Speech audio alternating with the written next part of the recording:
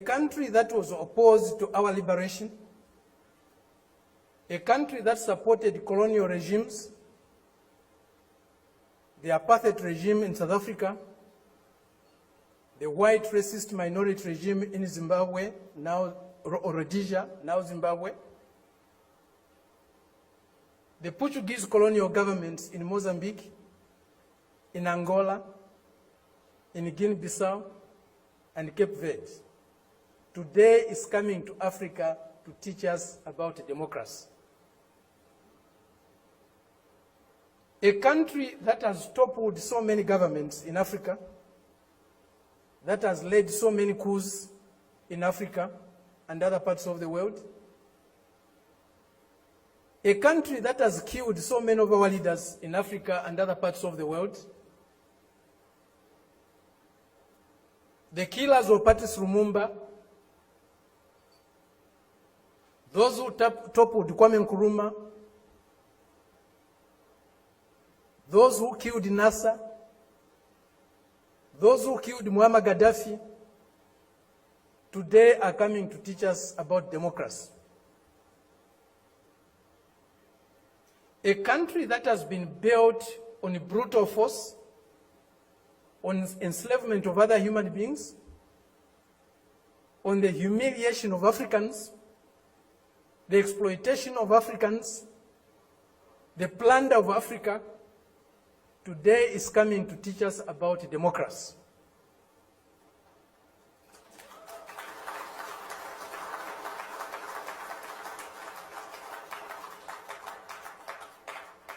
That's the arrogance, the imperialist arrogance, the racist arrogance that we are subjected to. We cannot have democracy where there is hegemony of the strongest, mightiest imperialist power. We cannot have democracy where a country's resources, a country's decisions are dictated to by another country. A country that is dominated by another country cannot be democratic.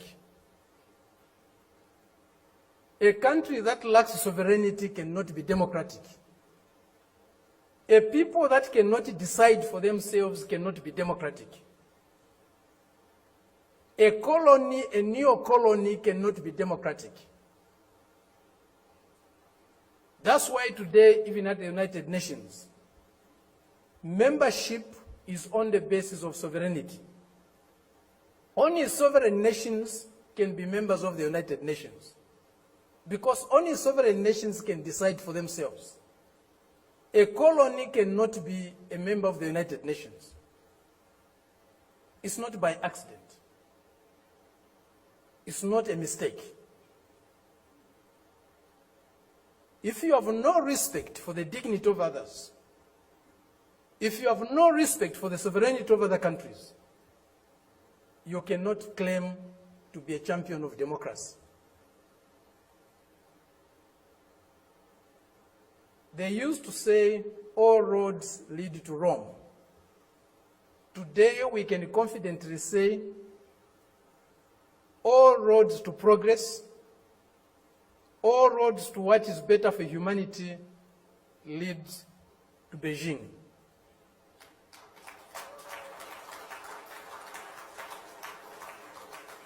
This is a country, this is a people that have developed themselves, that has developed itself without colonizing any country in the world, without plundering any country in the world, without subjugating any people in the world.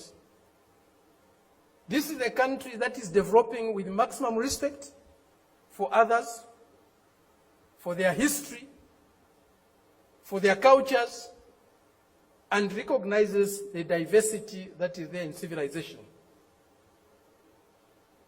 We were only taught one form of civilization, one form of modernization. That was the Western way. Westernness was a measure of how civilized how modern you are, we reject that. We reject it because it's not correct. We reject it because it's undemocratic. We reject it because it's uncivilized to think of the world and of other people in that way. Today, they cannot accept the fact that China has caught up with them. China is about to surpass them in many areas of human endeavor. The imperialist arrogance is inhibiting them from accepting that reality. The racist arrogance is inhibiting them from accepting that reality. But the world is changing. The changes we are witnessing today, as President Xi said in Moscow recently, or the other day, they have never been seen in 100 years. They have shaped a world that they themselves today are scared of. And they have shaped a world that is not sustainable. Democracy, human development is not sustainable on the basis of plunder, on the basis of enslavement, on the basis of humiliating other people every day. That is a system we are seeing today, a system that will not survive if plunder is eliminated, if subjugation of other peoples, other nations is eliminated, if inequality in the world is eliminated. That system will disappear.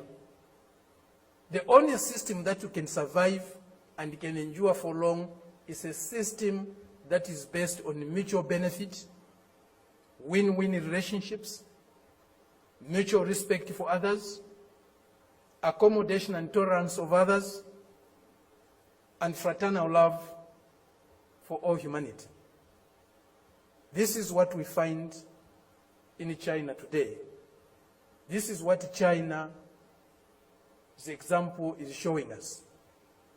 Indeed, all paths are different. There's no path that is the same, even if they are leading to the same destination.